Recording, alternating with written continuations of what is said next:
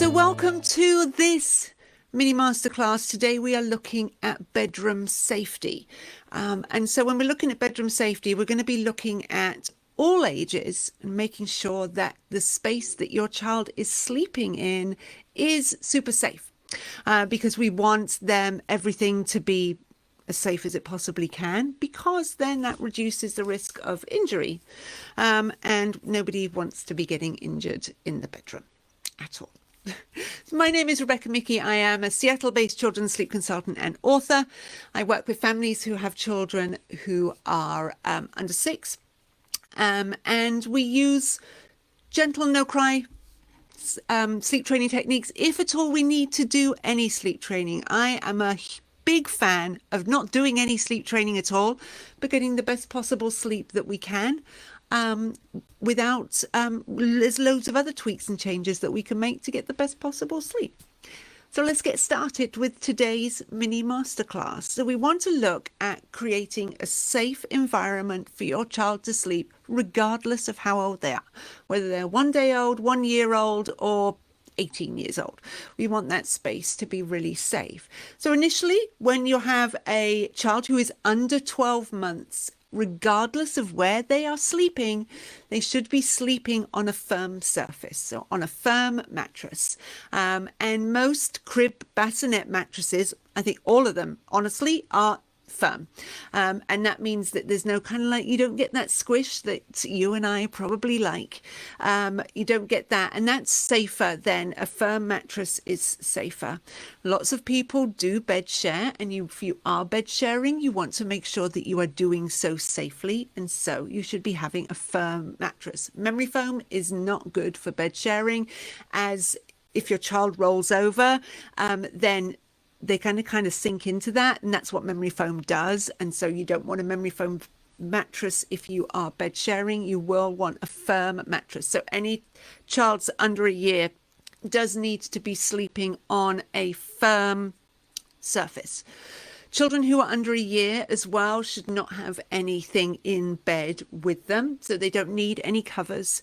They don't need any stuffed animals. They don't need any pillows or crib bumpers or anything like that. It is safer for them to be just with on a firm sleep space with just a sheet and a mattress and a baby.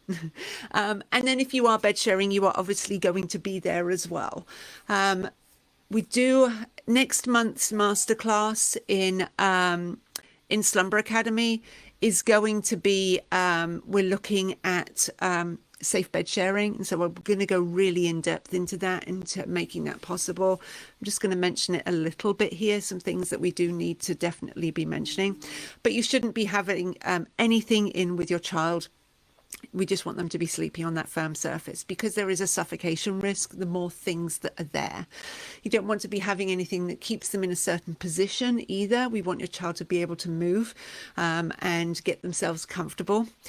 So it's important that you don't have anything that's going to keep them on their side or anything that is going to restrict them in any way. So that's cribs, bassinets, and if you're bed sharing. If your child is over a year, then you can introduce covers and pillows and stuffed animals and all of those things. Try and keep it to kind of a minimum though, because as your child's now getting to a year, they're then probably pulling up, and they're probably in the crib pulling up. And then if there's loads of things in the crib, you've got the bumper, pillow, stuffed animal, then your child may sort of make a tower of these things, stand on that, and then they can get out. If you kind of think, if you've got a pillow and a stuffed animal then that's giving them a good few inches, and that's not safe either. So you want to try and keep things to a real minimum, and make sure that your crib is always at the lowest setting so that your child is not likely to topple out. If you do have a bed, your child is moved up to a toddler bed, you want that to be fairly low to the ground. A lot of families will have a mattress on the floor, a Montessori bed, and those are amazing. This month's Slumber Academy masterclass is looking at the Montessori bedroom, and that starts with having a mattress on the floor so the child can get in and out as and when they want. And that's, if your child rolls off that, they're not going very far. So a low bed is going to be really helpful for a toddler who is in a bed. Bed rails can also be really helpful. Some people will put a pool noodle. You know, the pool noodles. We'll put that along the side of the bed under the sheet. You can even tape that to the mattress for a child who is over a year old. And then they're not easily going to roll out. Now, of course, they can still roll over that. A pool noodle is not huge, but it may just help keep your child in a little bit. But bed rails that attach to the bed are going to be really helpful. Furniture in wherever your child is sleeping. And remember, this is wherever they're going to be sleeping, and they are going to be alone in this space. So even if they are in the same room as you in a toddler bed or a crib or in your bed, you're going to want to make sure that your room is super safe as well, because this runs the same risk as if your child is alone there. They could wake up. They may not be loud as they wake up. And if they are able then to be moving around, they're able to get into everything. You've met toddlers, you know how that happens. So furniture, we need our furniture to be attached to the wall so that there's nothing's likely to tip over. So that means dressers and shelving units and everything needs to be attached to the wall. Virtually every single piece of furniture that is bought now will have something that you can attach that to the wall, and you can there are products out there. If you've got old furniture or you have something that doesn't come with anything that you can anchor that to the wall, you can buy things to be able to do that. It's super easy to do, but you really want to make sure that everything heavy is going to be attached to the wall. Now, your child's bed wouldn't need to be attached to the wall, but the dresser would. Chairs, no, you don't want to attach a chair to the wall, but anything that is big and heavy and can come over, like, just imagine if your child is climbing up something, that's likely to be able to fall over, especially dressers, because toddlers are real sneaky.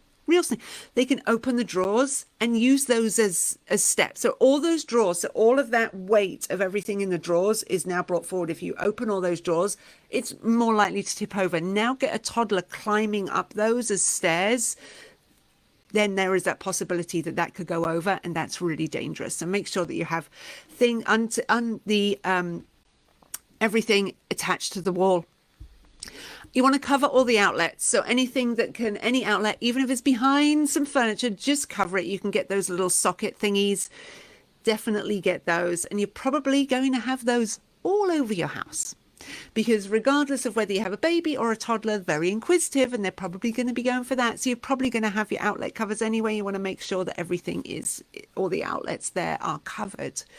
If you do have a rug in the bedroom on the floor, you want to make sure that you have those no slip pads under if you've got on hardwood floors, because you don't want to be getting up in the middle of the night and go into your child and trying to get them out of the crib, slipping over because you got a slippy rug. So making sure that everything is going to be secure there with that rug. Rugs are lovely to have as part of in the nursery. We want to make sure that you're not going anywhere. I don't want you falling over in the middle of the night. Definitely not. Toys should be easily accessible or completely out of sight. So you don't want to be having toys on that high shelf where your child can see, because they're likely to want to go for it. So accessible means that they're going to be where your child can easily get to them. Now that in itself can cause a bit of a problem if your child is now deciding that, oh, look at that big basket of toys over there. And then they get themselves out of bed because they just can't help themselves. Toddlers, again, that's the ones who are going to be doing this. So you want to make sure that you have things that you can have out, definitely, or out of sight. So if you have toys in boxes or baskets that they can maybe go in the closet, you can just kind of get those out of the way. So one, there's not that temptation. But we're making sure we're safe. We're not keeping things sort of high up on shelves, because your child will decide in the middle of the night that they need that dump truck that is on that really high shelf, and they're going to do everything they could possibly do to go and get it, and then we're in trouble. So lots of families will have baskets of toys in the nursery in their child's room. I love to have play as part of a getting ready for sleep routine, so we need to have some toys in there. So I'd love to have I love to have some toys there, but they're going to put them then in the closet once they've tidied up, put everything away, because then out of sight, out of mind. You want to make sure then as well that you may want to put a lock on that closet door so your child is not able to be getting in there.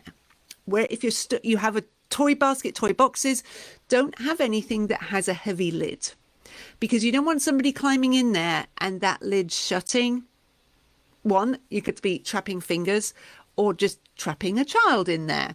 We really don't want that. So you just want nothing with a heavy lid. I know sort of like a toy chest sounds fabulous and amazing, because who wouldn't want a chest full of toys? It sounds great, but it's really not the safest thing for us to have. So you want to make sure that you've got the light lid or just open. But if things do have a lid, then again, it can be a little bit out of, your child is not seeing everything, even though they know what's in there, but they're not seeing it and not necessarily being tempted by it. You just want to make sure that it's really super safe, that anything that you have. Any blinds or curtains that you have are not really long. So you don't want really long to the floor curtains, unless you have really long, if you have really long windows, then maybe you will, but you would want to tie those curtains up when during the day. Blinds are probably going to be better for that, but you don't want to have long cords. You want to make sure that they're really short. So you're either tying those up or having a blind that doesn't have any cords at all, because that obviously, you pull the blinds up, you've got like oodles of string there, and that's really dangerous. You want to make sure that that is wound up, or just get some blinds. Blinds are great to have in the nursery. Blackout blinds, I think, are definitely a must if you're in the northern hemisphere. We are heading into summer right now. It gets light incredibly early, and it stays light incredibly late, depending on where you are in the world, but it does. So even this morning I noticed, where are we now? Beginning of May, it was getting light at around 5 a.m. this morning. It was beginning to get light in Seattle. So I don't want your child waking up at 5 a.m. because they are getting ready to start their day. Personally, I find 5 a.m. far too early to get up. So blinds are a definite must there. Windows, you're going to want those windows to be lockable, because you're sneaky kids, again, sneaky kids. So you want to make sure that they're lockable and that they can't easily fully open. So that they can't just, it's kind of got a locking mechanism. So it's only going to be open a few inches if it opens. And then you need to kind of press something down and then move the window for it to fully open.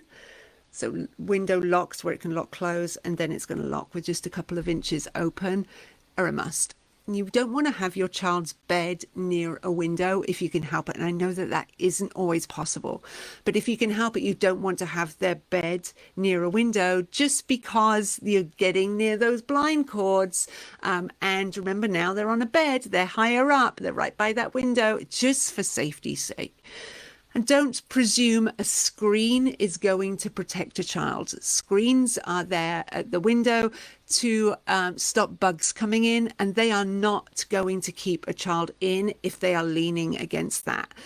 So don't presume a screen is going to be like it would if there were bars there at the window, which are really, properly attached. A screen generally isn't, and that's just that fabric is easy to break. So don't presume a screen is going to keep your child exactly where they needs to be, which is in their room.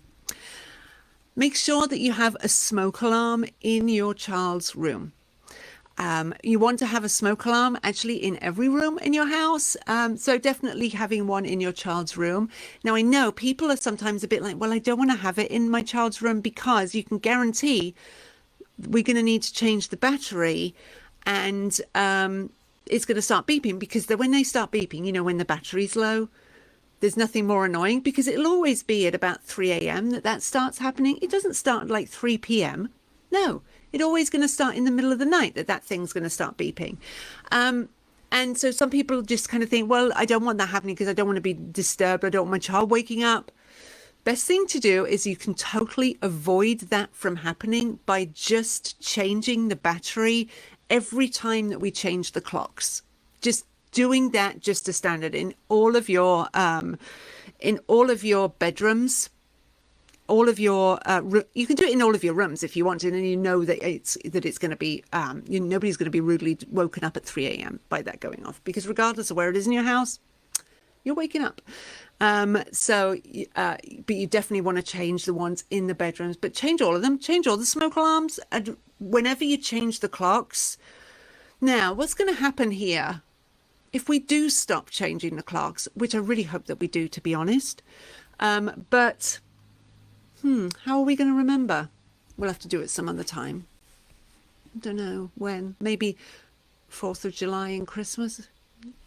Who knows? But that's something that you want to be mindful of, and just doing it just as standard, so you're not actually waiting for that battery to get low, because nobody wants to be woken up by a chirping smoke alarm. That's the worst thing ever. I think we can all agree on that. So what other things do we need to think about? How do you make sure that your child's bedroom is safe? One thing that you can do, and I think that this is actually really enlightening, is to get down on the floor. Get down on the floor and look around, because you are then at your child's point of view.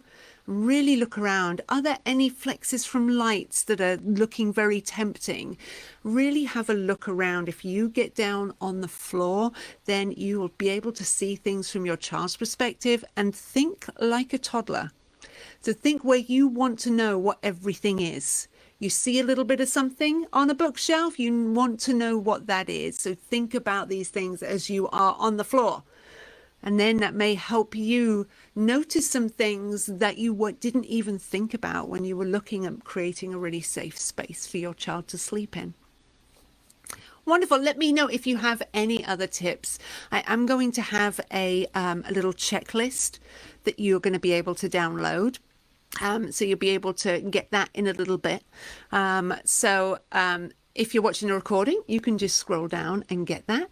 If you're not watching a recording and you're watching live, hang on a bit and I will get the link to that up for you. So let me know how you make sure that your child's room is safe. I will be back with another mini masterclass soon. You take care.